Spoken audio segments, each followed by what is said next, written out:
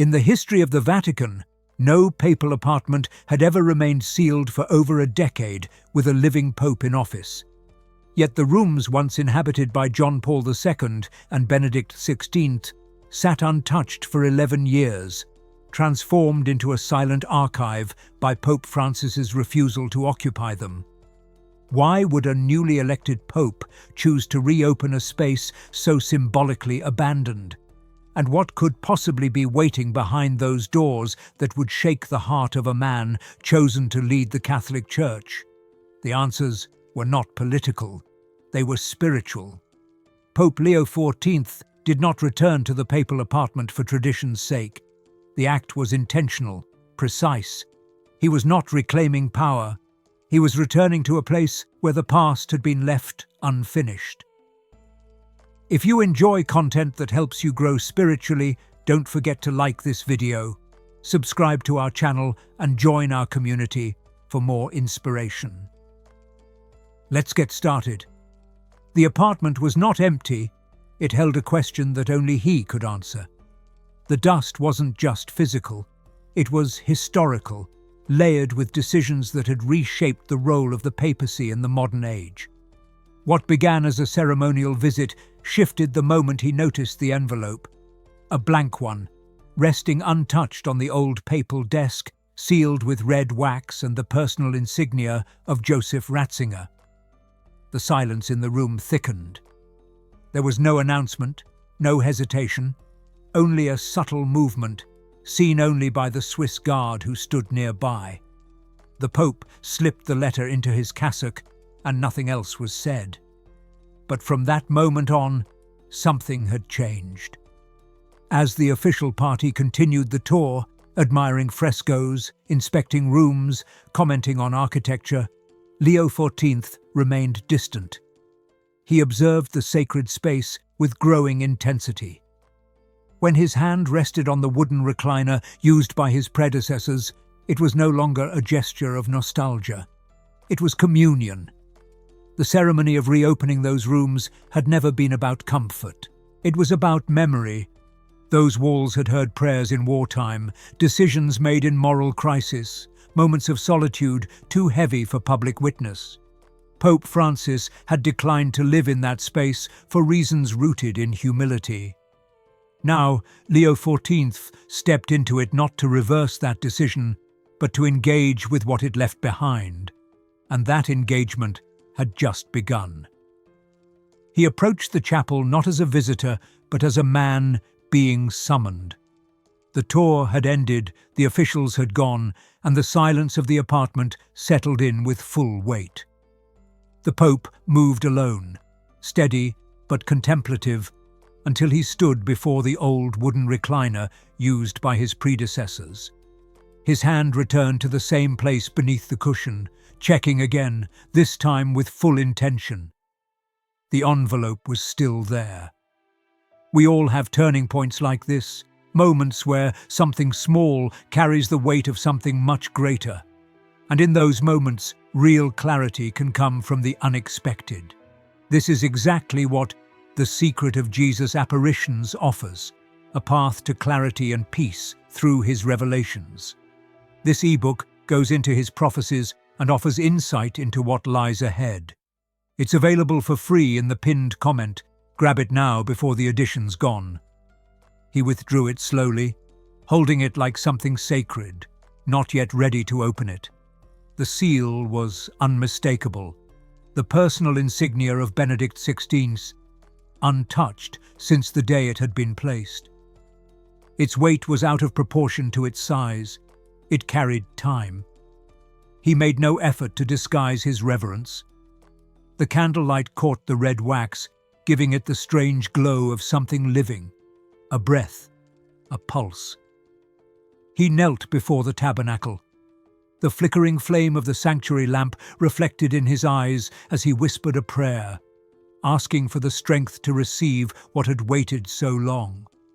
Then, slowly, he opened the letter. The paper was aged but intact, the handwriting immediately recognizable. Small, tight, exact. The first words trembled in his mouth. Dear successor in the chair of Peter. He read aloud, not loudly but audibly enough for the sacred space to receive it. The voice of Benedict XVI returned to the Vatican not through a recording, not through an encyclical, but through the voice of his successor. The words carried reflection, sorrow, and conviction. I do not know who you are, or when you will read this, but I write with the urgency of a soul preparing to let go. Pope Leo XIV paused, visibly shaken. The room seemed to narrow. History had stopped being abstract. It had just spoken to him. The letter spoke of resignation, not as weakness, but as an act of service. It spoke of insomnia, not as illness, but as wakefulness in the dark nights of the Church. It warned of the dictatorship of relativism, of the temptation to reduce truth to consensus. And it reminded whoever would read it that being Pope was never about power. It was about carrying a cross. He wiped his face. The candle beside him flickered violently, though the room had no wind. The next pages were denser, not in language, but in weight. Each line written by Benedict XVI seemed to come from a soul preparing for silence, yet unwilling to leave the church without a final word. The voice in the letter didn't justify resignation, it explained vocation. He wrote of discernment not as a moment, but as a lifelong burden. The hardest choices, it read, are not between good and evil, but between the urgent and the essential.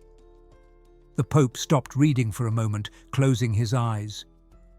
That sentence had touched something buried beneath protocol. There are no neutral decisions in the chair of Peter. Every gesture, every word, builds or breaks something in the soul of the Church.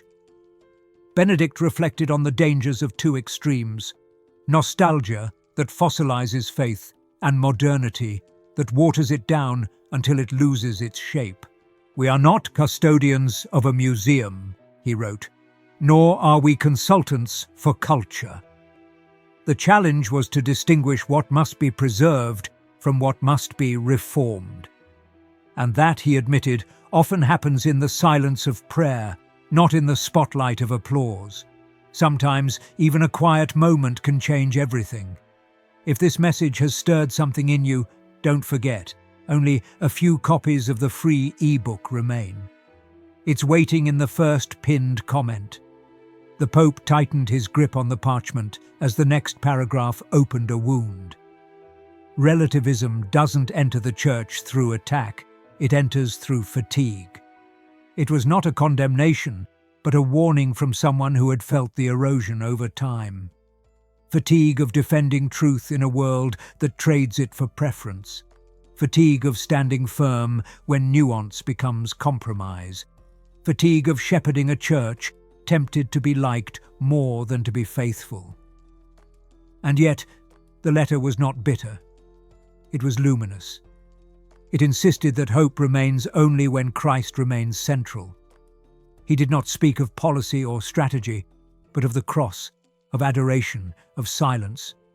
These, he said, were the only places from which reform could emerge. When the Pope reached the final lines of that section, he read them aloud again, slower. If the Church forgets who she exists for, she becomes busy, but empty. His voice cracked on the last word. Busy. Empty. He had heard those words before, in conferences, meetings, even homilies, but not like this, not in a letter left for him alone, not from a man who had once carried the same weight. The light through the chapel window had changed.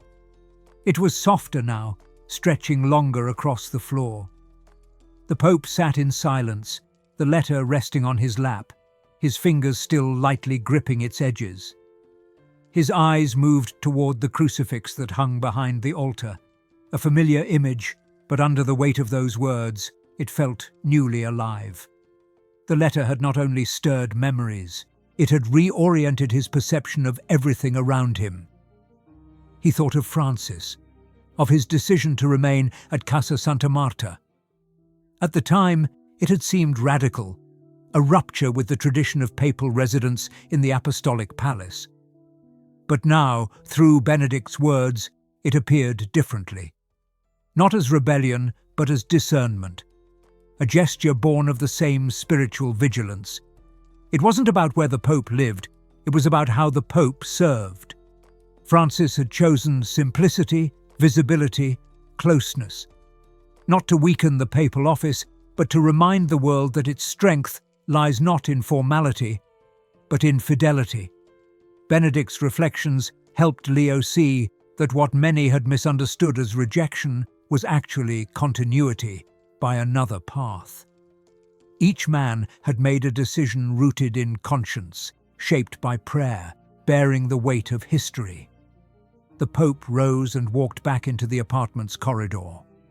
The silence of the rooms had a new quality now. They weren't relics of monarchy, they were stages of mission. Every object, from the carved wooden desk to the worn leather armchair, felt like a relic not of power, but of service offered through solitude. The decision to inhabit this space again would not be to undo Francis. It would be to fulfill something left incomplete. The line from the letter echoed again. There are no neutral decisions in our position. To move in was to accept the dialogue of pontificates, not to erase it. A return to the apartment would not be an aesthetic gesture. It would be theological. The Church needed symbols that spoke of continuity, not uniformity, but unity in tension. That was the weight he now carried. As you read on, keep this in mind. The reflection doesn't have to end here. The free e-book mentioned earlier is still available, but not for long. You'll find it right below, in the pinned comment. He passed through the library, his hand brushing the spine of an open volume. Augustine. The same page he had touched hours earlier. But this time he understood why he had paused there. Providence rarely explains itself in advance. The air inside the apartment felt different now, not just still, but charged, as if the letter had unsettled something deeper than memory. The Pope stepped back into the chapel, drawn again not by curiosity, but by burden. He lowered himself to the kneeler once more, this time slower. Not from age, but from weight, the kind no one else could carry for him.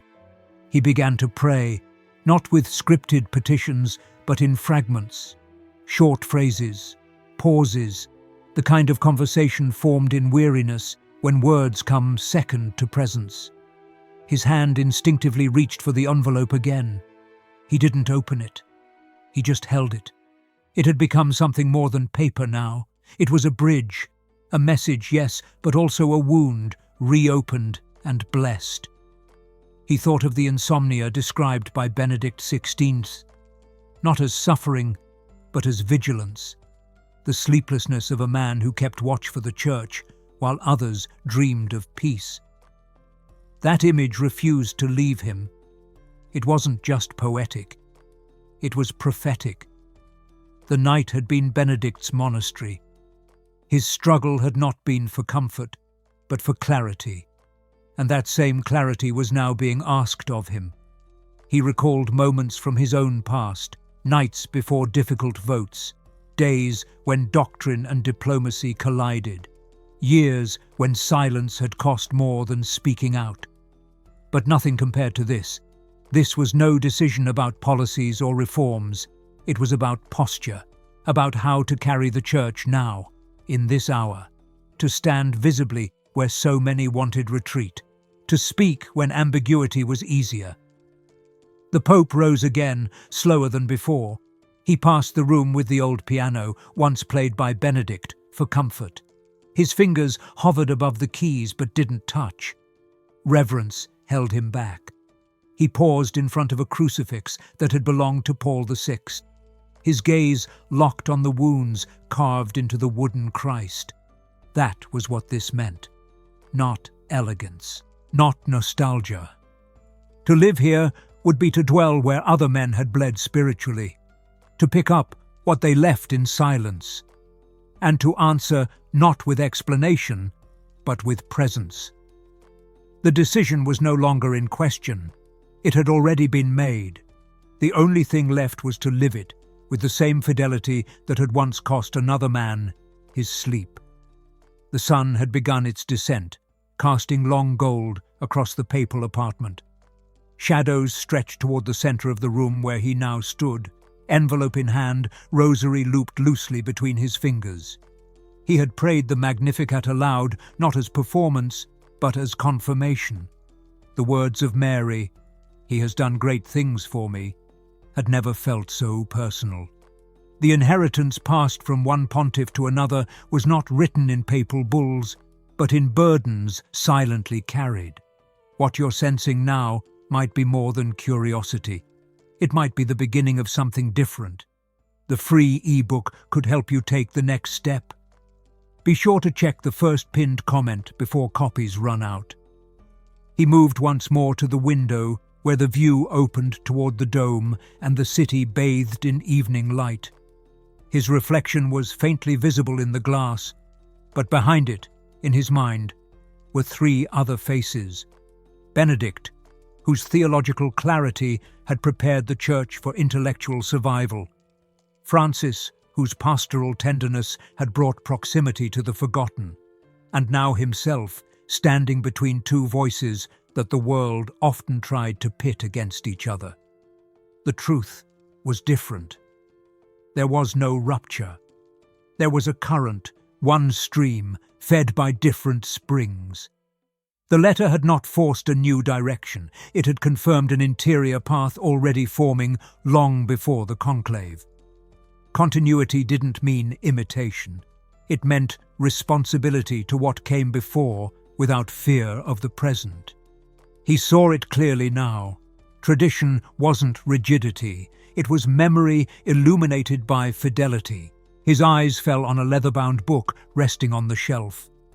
Introduction to Christianity, marked and faded. He opened it, flipping through familiar passages. He didn't need to read. The words were inside him already. Faith and reason, not enemies, but allies. That was the foundation he had inherited, and it would become the lens through which he would now interpret his own mission.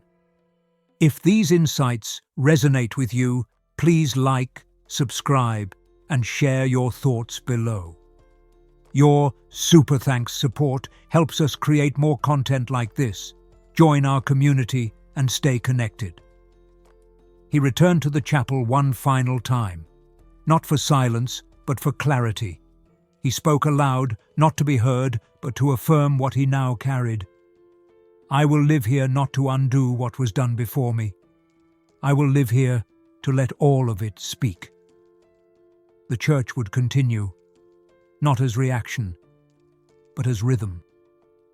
He crossed himself, placed the envelope in a small wooden drawer beside the altar, and left the chapel with a steady, unhurried step.